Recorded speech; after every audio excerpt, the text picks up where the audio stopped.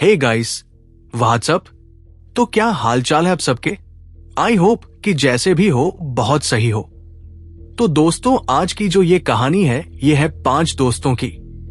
इस स्टोरी में हमारे पास 5 करेक्ट नहीं, आदित्य, रोशन, सुनीता, राधिका और प्रवीण, ये पांचों ही आर्कियोलॉजी के स्टूडेंट थे और इन्हें अपने क्लास में रिसर्च का प्रोजेक्ट मिला था। अब इन पांचों ने अपना ग्रुप बनाया था और इन्होंने जो प्रोजेक्ट मिला था, इनको वो ये था कि आपको किसी भी एक जगह, इंडिया के किसी भी जगह में जाकर उसकी हिस्ट्री के बारे में पता करना था। इन सब ने पहले भी ऐसे कई फील्ड वर्क करे हुए थे, पर ऐसा काम नहीं करा था कि इन्हें कहीं पर जाना पड़े। अक्सर कॉलेज पे ही प्लेस अलॉट करा जाता था और इनको काम दे दिया जाता था। बट ये फर्स्ट टाइम था जब इनके ऊपर पूरी चीजें छोड़ दी गई थी कि आपको कहीं पर भी जाना है तो आप जा सकते हैं, वहां पर जाकर रिसर्च कर सकते हैं। अब ये पांचों लाइब्रेरी में जाते हैं, वहां पर एक के बाद एक किताबें सर्च करना चालू करते हैं कि कोई तो ऐसी जगह होगी जहां पर कुछ राज दफन होंगे। और फिर करते करते इनको एक गांव मिलता है, एक ऐसा गांव जिसका इतिहास इन्हें काफी अट्रैक्ट करता है, और वो गांव था गुजरात का लखपत। कहानी में आगे बढ़ूं उससे पहले मैं आपको बता दूं कि लखपत कोई रिसेंट का गांव नहीं है, बल्कि 18वीं-19वीं सेंचुरी में ये गांव पोर्ट के लिए फेमस था। ये एक ट्रेडिंग सेंटर था जो कि सिंध, गुजरात और अरेबियन सी को कनेक्ट करता था। और आज के टाइम पर ये एक कर्ड विलेज है, एक शापित गांव। और ये तब हुआ जब 1819 के अर्थक्वेक ने इंडस रिवर का डायरेक्शन बदल दिया, जिसकी वजह से जो ये लखपत गांव था ये ट्रेड रूट से हट गया और वहीं से शुरू हुआ इस गांव का डाउनफॉल, जब उस गांव में कुछ भी नहीं बचा। इनफैक्ट वहां पर कई सारी जानें भी चली गई थी अर्थक्वेक की वजह से। तो लोगों ने उस गांव को खाली करना शुरू कर दिया और देखते ही देखते ये गांव, जहां पर एक टाइम पर इतनी आबादी थी, जहां पर हर कोई बसना चाहता था, वो आज के टाइम पर अबंडेंट गांव बन चुका था। इस जगह को सबसे पहले आदित्य ने खोजा था। बाकी चारों इधर जाना नहीं चाहते थे, बट फिर उन्हें लगता है कि यार ये गांव की हिस्ट्री है तो इंटरेस्टिंग। मतलब एक टाइम पर ये ट्रेडिंग रूट था, हर कोई यहां आना चाहता था, यहां से ट्रेड करना चाहता था। बट 18 से 19 के बाद से पूरी हिस्ट्री ही बदल गई। मतलब कि एक अच्छी स्टोरी बन सकती है, ये जो हमें प्रोजेक्ट मिला है उसके लिए एक अच्छी जगह है। और यही सोचकर ये पांचों डिसाइड करते हैं कि अब हम जाएंगे लखपत गांव, और फिर ये निकल पड़ते हैं लखपत के लिए। काफी समय का ट्रैवल करने के बाद ये पांचों पहुंचते हैं लखपत। इन्होंने एज सच कोई होटल तो नहीं लिया था, ये सब अपना सामान पैक करके लेकर आए थे और इन्होंने सोचा था वहां पर कैंपिंग करेंगे। इसलिए फिर इन्होंने वहां पर एक अच्छी सी जगह देखी कि जहां पर इनके टेंट और बाकी सामान लग सके, और वो एक जंगल का ही एरिया था। जैसे कि आपको पता है कि ये पूरा अबंडेंट है, तो यहां वहां कोई होटल या ऐसे रूम्स तो मिलेंगे नहीं। तो ये एक अच्छी सी जगह देखकर वहां पर पूरा टेंट वेंट्स लगा देते हैं और फिर अपने जरूरत का सामान बाहर निकाल के रख देते हैं। अब जिस दिन ये सब पहुंचे, उस दिन बस इन्होंने आसपास की जगह को देखा, एनालाइज किया, और असली काम शुरू होना था नेक्स्ट डे से। उस रात ये पांचों बैठकर बातें कर रहे थे। चारों तरफ पूरा सन्नाटा था। जिस जगह ये लोग रुके हुए थे उसके दूर दूर तक बस ऐसे ही टूटे फूटे मकान और फोर्ट्स थे। और जैसा कि आप सब भी जानते ही होंगे, हम सब भी जानते हैं कि जब आप 5-6 दोस्त एक साथ ग्रुप में बैठे हुए हो और रात हो जाती है तो कहीं ना कहीं भूतों की कहानियां आ ही जाती है। और वैसे ही आदित्य भूतों की कहानी करना शुरू कर देता है। और ये कुछ ऐसी चीजें होती है जिसमें ना आपका दिल बोलता है मत करो मत करो, बट दिमाग बोलता है भाई थोड़ा सा और सुना दो यार, मेरे को और जानना है। वही सारी चीजें इन बाकी लोगों के साथ हो रही थी। आदित्य बताता है कि कैसे उसके गांव में रात के 8 बजे के बाद कोई नहीं निकलता, क्योंकि वहां पे कहा जाता है कि एक चुड़ैल का साया है जो बाकी लड़कियां होती है उन्हें डर भी लग रहा है, बट उन्हें सुनना भी है कि ऐसा क्यों क्यों उन्हें ऐसा लगता है। अच्छा, तुमने भी देखा है, तुम्हारे घर वालों ने भी देखा है। और ऐसे करते करते इनकी कॉन्वर्सेशन चल पड़ती है। ये लोग यही सब बातें कर ही रहे थे कि तभी इन्हें कहीं से एक आवाज सी आती है। वो आवाज ना किसी जानवर की थी, ना ही किसी चीज की। वो कुछ इस तरह की आवाज थी कि कोई उन्हें बुलाना चाहता है, पर डायरेक्ट आवाज देकर नहीं। ऐसा लग रहा था जैसे कि कोई डायरेक्ट इनको बुला नहीं रहा, लेकिन फिर भी इनका जो ध्यान है, इनके अटेंशन है, अपनी तरफ खींच रहा है। जैसे ही इन तक वो आवाज आती है, ये अपनी टॉर्च लेकर यहां वहां हर जगह देखने की कोशिश करते हैं, बट आगे पीछे कुछ भी नहीं दिखता। इन्हें लगता है कि शायद होगा कोई जानवर वानवर होगा, तो छोड़ो जाने दो। बट कुछ मिनट्स बाद ये आवाज इनको फिर से आती है। अब जैसे ही आवाज आती है तो आदित्य और प्रवीण उठकर थोड़ा देखते हैं कि कहीं कोई इनके साथ मजाक तो नहीं कर रहा है, कि मतलब इन्हें डराने की कोशिश कर रहा हो। बट जितना ये देखते हैं आगे पीछे कोई भी नहीं होता। इन्हें भी समझ नहीं आ रहा कि आवाज आ तो रही है, बट आ कहां से रही है, कौन है यहां पर। और जगह भी इन्होंने ऐसी चुनी थी जहां ना तो कोई आदमी हो सकता था, ना कोई जानवर। मतलब जानवर हो सकते थे, बट वो फॉरेस्ट था, लेकिन काइंड ऑफ खंडर भी था। मतलब एक अजीब सा ही मिक्स था वो, जहां पे कहीं कहीं आपको पेड़ भी दिखेंगे, बट मोस्ट ऑफ दी जगह पे मिट्टी दिखेगी। तो इन्हें समझ नहीं आ रहा था कि यार ये आवाज आखिर आई तो आई कहां से। और वहीं पर राधिका और सुनीता, इन दोनों को थोड़ा सा डर लगने लगा था। बट आदित्य समझा देता है कि इतना ध्यान दोगे तो और डोगे। इन सारी जगहों पर ऐसी आवाज आना थोड़ा सा नॉर्मल ही है, और वैसे भी इन लोगों ने पहले भी ऐसी मतलब ट्रिप में गए हैं जहां पर इनके साथ थोड़ी बहुत पैरानॉर्मल चीजें हुई है।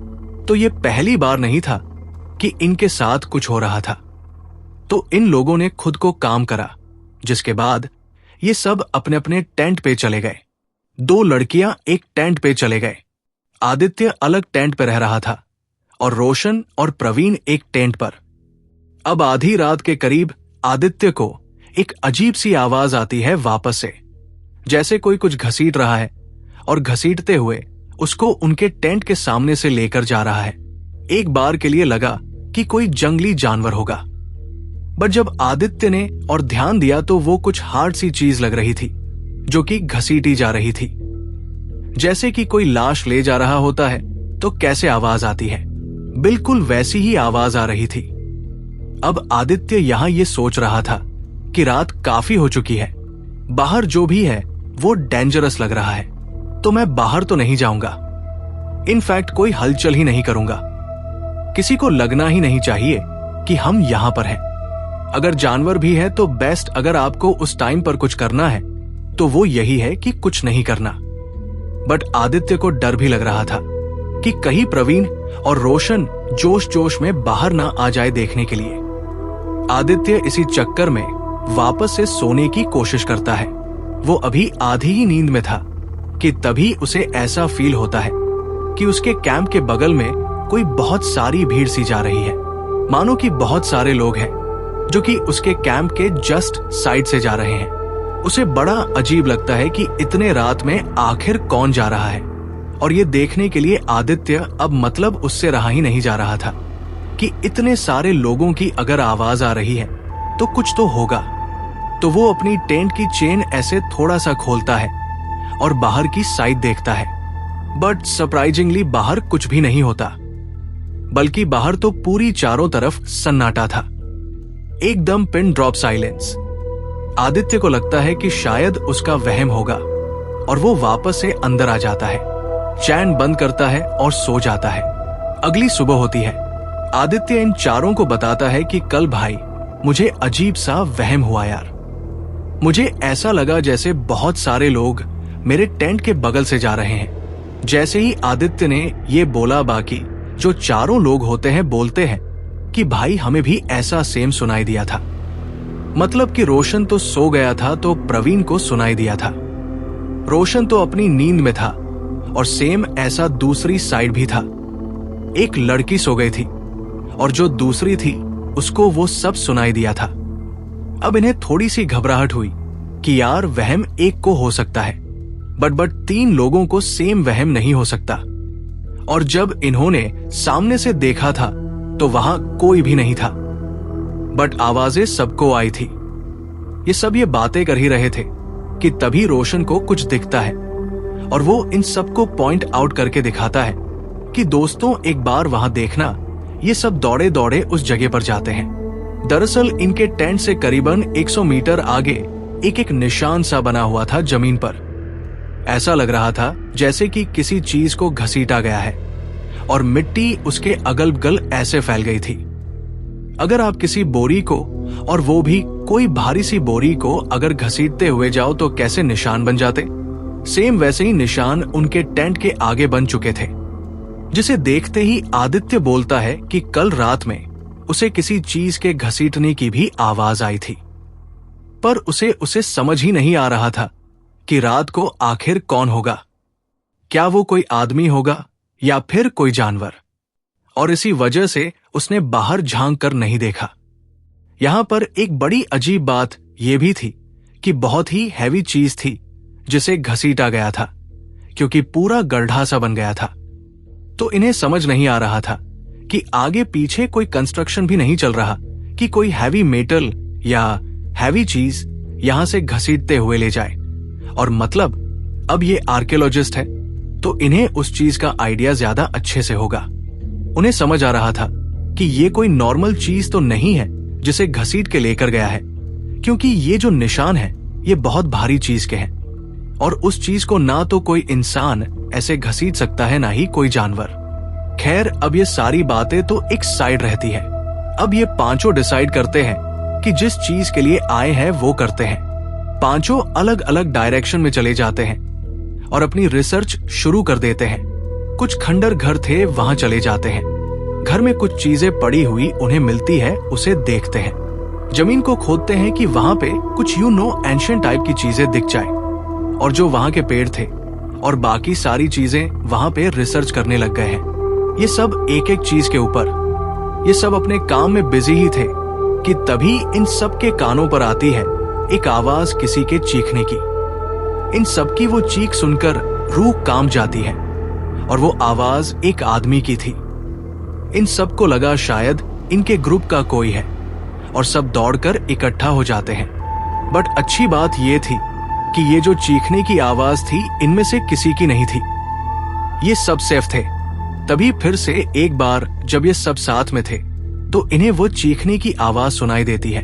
इन सब के चेहरे पर डर साफ दिखाई दे रहा था, क्योंकि थे तो ये सारे स्टूडेंट ही और इन सब के पास खुद को बचाने के लिए कुछ भी ऐसा नहीं था। ये सब घबराए हुए थे और बस एक ही जगह खड़े होकर बस एक दूसरे से बोल रहे थे कि आखिर ये क्या चल रहा है, ये क्या हो रहा है, ये क्या आवाज है। कुछ देर बाद पूरा माहौल शांत हो जाता है। अब इनकी हिम्मत नहीं हो रही थी कि ये अलग होकर काम करे। सब एक साथ ही अब एक एक जगह पर जाते थे और वहां पर रिसर्च करते थे। मतलब कोई भी दूर नहीं रहता था कि तभी आदित्य को ऐसा फील होता है कि कोई तो उसे घूर रहा है। कोई आपको एक फीलिंग आ जाती है ना, जब आपको कोई दूर से ऐसे बार बार आप पर नजर बनाए रखे तो एक अजीब सी फीलिंग नहीं होती। वही फीलिंग आदित्य को भी आ रही थी।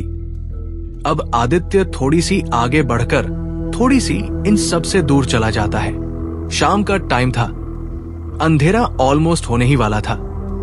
तभी आदित्य की नजर एक मकान पर पड़ती है और जो वो देखता है उसे देखकर आदित्य की सांसें मानो थम सी गई हो। वो देखता है कि उस मकान के ऊपर एक आदमी था। ये जो मकान था ये करीबन 800 मीटर की दूरी पर था, बट स्टिल उस आदमी का चेहरा आदित्य को बिल्कुल साफ दिखाई दे रहा था। वो आदमी मुड़कर आदित्य को ही घूरे जा रहा था और एक बड़ी कपी सी स्माइल देकर वो अचानक से उस मकान से नीचे कूद जाता है। आदित्य भागकर सीधा अपने ग्रुप के पास जाता है और उन्हें बोलता है कि मैंने ये सब देखा। मैंने देखा एक आदमी था, वो कूद गया। सब उसे बोलता है कि ब्रो तू चिल कर, कल रात से बड़ी अजीब अजीब चीजें हो रही है। और इसी वजह से तेरे को भी ऐसा लग रहा है। हम भी सेम ही चीजें देख रहे हैं जो तूने देखा, और हमें ऐसा कुछ भी नहीं दिखा। हमें तो आवाज भी सुनाई नहीं दी किसी की। आदित्य बोलता है, नहीं प्लीज मुझ पे विश्वास करो, मैं सच बोल रहा हूं। प्रवीण बोलता है कि देख, हम ये नहीं कह रहे तू झूठ बोल रहा है, हम बस ये कह रहे हैं कि तुझे वहम हुआ है। तू ज्यादा टेंशन मत ले, देख रात भी होने को आ गई है, तो हम आज रात यहाँ पे गुजारते हैं। और भाई बहुत अजीब चीजें हो रही है यहाँ पर। मैं मानता हूं यहाँ बहुत अजीब चीजें हो रही है, तो हम कल सुबह निकल जाएंगे, क्योंकि हमारे साथ लड़कियां भी हैं, और भाई इनकी सेफ्टी का हमें ध्यान रखना पड़ेगा। आदित्य बोलते हैं, सही कह रहे हैं भाई, हम निकल जाएंगे कल। अब बस एक बार रात यहां से गुजार लें, उसके बाद सुबह होते ही निकल पड़ेंगे। अब ऐसे ही करके रात हो जाती है। जब रात को जो अपना रोशन होता है वो बोलता है कि मैं एक बार घर पर बता देता हूं कि क्या क्या चल रहा है सब कुछ। अब यहाँ पे जहां ये थे ना, यहां अच्छे से नेटवर्क आ नहीं रहे थे, तो रोशन नेटवर्क की तलाश में थोड़ा सा आगे चले जाता है। जब वो आगे जाता है तो उसके बाद अपने घर पे कॉल करता है, सब कुछ बता देता है। एंड देन करीबन 20 मिनट उसे हो गए ये सब करते हुए। अब घर पर पूरी बात करने के बाद वो वापस आता है। जब वापस आता है तो देखता है कि कैंप का सारा सामान बाहर बिखरा पड़ा है। हर सामान बाहर बिखरा पड़ा है। रोशन को लगता है ये क्या हो गया, मतलब सब कुछ ऐसे कैंप का सामान इस तरीके से क्यों पड़ा हुआ है जमीन पर। वो देखता है तो एक ही टेंट के अंदर पहले क्या था, 3 टेंट थे, 2 लड़कियों के, 2 लड़कों के और एक आदित्य का था। लेकिन एक ही टेंट के अंदर ये सारे दोस्त थे। जो प्रवीण होता है वो रोशन को ऐसे बुलाता है अपनी साइड। रोशन भी चला जाता है, टेंट के अंदर जाता है तो वो देखता है कि एक लड़की जो थी उसको ना बहुत हाई फीवर था, बहुत तेजी का। जो सुनीता थी उसे फीवर था, और जो दूसरी लड़की थी वो उसी के पास बैठ के उसकी थोड़ी ध्यान रख रही थी। उसे गोलियां दे रही थी जो फीवर के लिए देनी होती थी। उसको मेडिसिन दे रही थी। अब रोशन आगे पीछे देखता है तो आदित्य नहीं होता। रोशन प्रवीण से पूछता है कि ब्रो आदित्य कहां पर है, इतनी रात हो गई है, वो कहां है। तो जो प्रवीण होता है वो ऐसे इशारा करके बोलता है, वो देख उधर। तो जब वहां साइड रोशन देखते हैं तो वहां एक पेड़ होता है जिसके नीचे आदित्य बैठा हुआ है, और उसने अपना सर ऐसे नीचे की तरफ करा हुआ है। रोशन बोलता है कि ये वहां क्यों बैठा है, अलग से ये पागल वागल है क्या। तो प्रवीण बताता है, यार पता नहीं, ये ना बड़ा जब से तू गया ये बड़ा अजीब बिहेव करने लग गया। ये खुद को ये एकदम से चिल्लाने लग गया, खुद को मारने लग गया, और उसके बाद भागकर सीधा वहां बैठ गया। हमारी तो हिम्मत ही नहीं हो रही कि हम उसके पास जाके कुछ पूछे भी, और उसी वजह से देख इन लड़कियों की क्या हालत हुई है। अब रोशन बोलता है, रुक मैं उससे बात करके आता हूं। प्रवीण बोलता है, मैं भी तेरे साथ चलता हूं। दोनों मिलकर आदित्य के पास जाते हैं। जैसे ही वो आदित्य के पास पहुंचते हैं, आदित्य एकदम से भारी आवाज में इन दोनों को बोलता है, मैंने कहा था ना यहां पे कुछ गड़बड़ है। और ये बोलते ही आदित्य हंसने लग जाता है। आदित्य की आवाज काफी भयानक थी, जिसे सुनकर प्रवीण और रोशन की हिम्मत ही नहीं थी उसके पास जाने की। उसकी आंखें एकदम गहरी लाल थी। आदित्य का रंग गोरा था, पर उस वक्त वो बेहद काला सा लग रहा था। रोशन थोड़ी हिम्मत करके उसके पास जाता है। जैसे जैसे रोशन और प्रवीण आदित्य के पास जाने लगते हैं, आदित्य अजीब तरीके से अपने शरीर को मोड़ने लग जाता है, एकदम इतना ब्रूटली कि उसकी हड्डियों की चटकने की आवाज़ इन दोनों तक आ रही थी। ये दोनों चिल्ला चिल्ला कर आदित्य को बोल रहे कि तू कर क्या रहा है, तू पागल वागल हो गया क्या, तू ठीक भी है।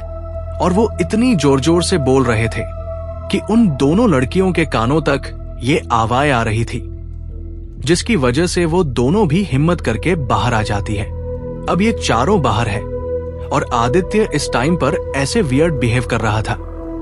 अधिका को पता नहीं क्या होता है। वो अपने गले से माताजी का एक लॉकेट होती है वो निकालती है और सीधा आदित्य के गले में डाल देती है, जिसे डालते ही आदित्य शांत होने लग जाता है। जैसे ही वो शांत होता है, प्रवीण और रोशन भागते हुए आदित्य के पास जाते हैं। वो बोलते हैं, भाड़ में जाए सुबह, हम रात को ही निकल रहे हैं भाई, यहाँ पे हम 1 मिनट नहीं रुक सकते।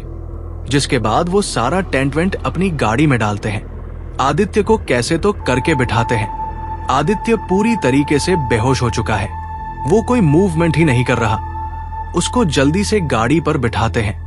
गाड़ी में लगाते हैं हनुमान चालीसा फुल वॉल्यूम में और फिर उसके बाद गाड़ी भगाते हैं 100 की स्पीड से। लकीली इन चारों को ड्राइव करना आता था, तो कभी रोशन चला रहा था, कभी आधे रास्ते में प्रवीण, कभी सुनीता तो कभी राधिका। और ऐसे करते करते ये लोग सिटी तक पहुंच जाते हैं।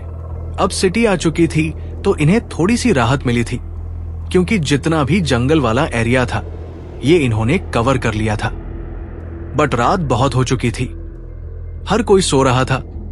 ये लोग बस जा रहे थे और इस होप में कि कुछ इन्हें दिख जाए, कुछ ऐसा दिख जाए जिनसे इन्हें कॉन्फिडेंस आए कि हम सेफ हैं।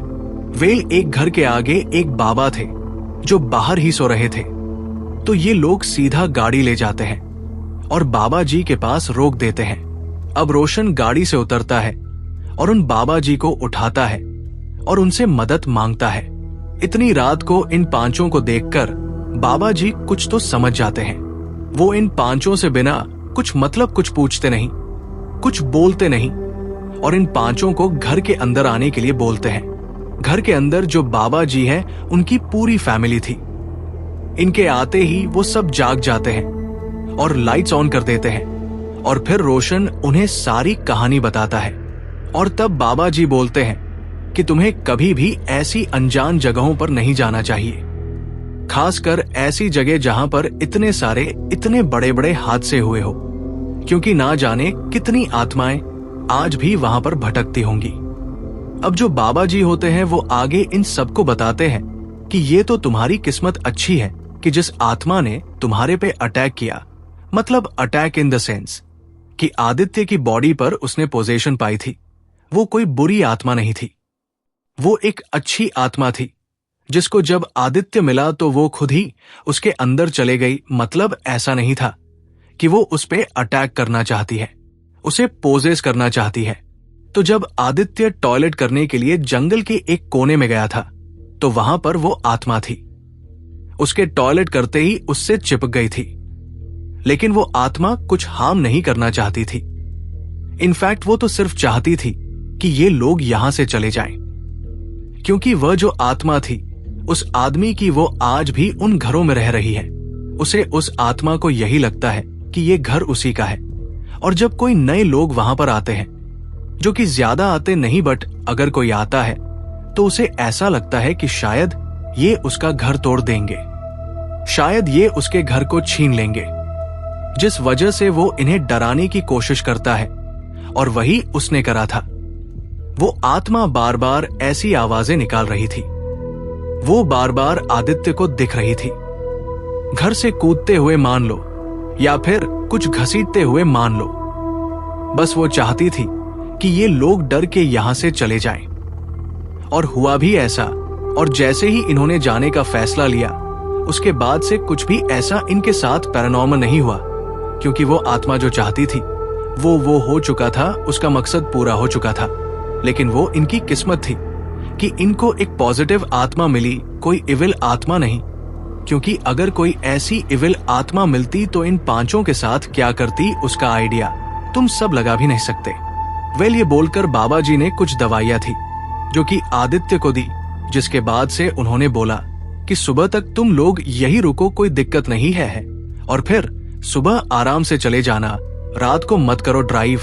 और ऐसे ही होता है, पूरी रात ये लोग बाबा जी के घर में ही बिताते हैं। मतलब सोते तो नहीं है, फॉर श्योर वो कैसी नींद आएगी इन सबको बैठा। ये है कि जब सूरज आ जाता है, जब इन्हें लगता है कि चलो अब सेफ है, तब ये बाबा जी को थैंक यू बोलकर वहां से निकल पड़ते हैं। और वो एक दिन था एंड आज का एक दिन है। उस दिन के बाद से इन पांचों ने कभी ना तो भूतों की बातें करी और ना ही ऐसी फालतू की हरकतें करी। मतलब फालतू की इसमें नहीं बोल सकते, क्योंकि ये इसलिए उस गांव में नहीं गए थे कि इनको भूत प्रेत देखने हैं या इनको बड़ा एक्साइट फील हो रहा है। ये तो बेचारे अपने रिसर्च के तौर पे ही गए थे। इनका मोटिव कुछ और था। बट इनकी किस्मत अच्छी नहीं थी कि इनको कुछ और ही दिख गया। तो मैं ऐसा नहीं बोलूंगा कि इनकी फालतू की हरकतें हैं, बट हाँ, उसके बाद से इनके कभी दिमाग में भी नहीं आया कि हॉरर हिटेड प्लेसेस जाके एक्सप्लोर करें या समथिंग लाइक दैट, जो कि एक अच्छी बात है। सो या दैट्स इट फॉर टुडे। ये थी आदित्य की स्टोरी। ये थी 5 ऐसे दोस्तों की स्टोरी जो कि गए किसी और एक्सपीरियंस के लिए थे, बट वापस कुछ और एक्सपीरियंस लेकर आए। फिर मिलते हैं किसी और टॉपिक के साथ। तब तक के लिए बाय एंड टेक केयर।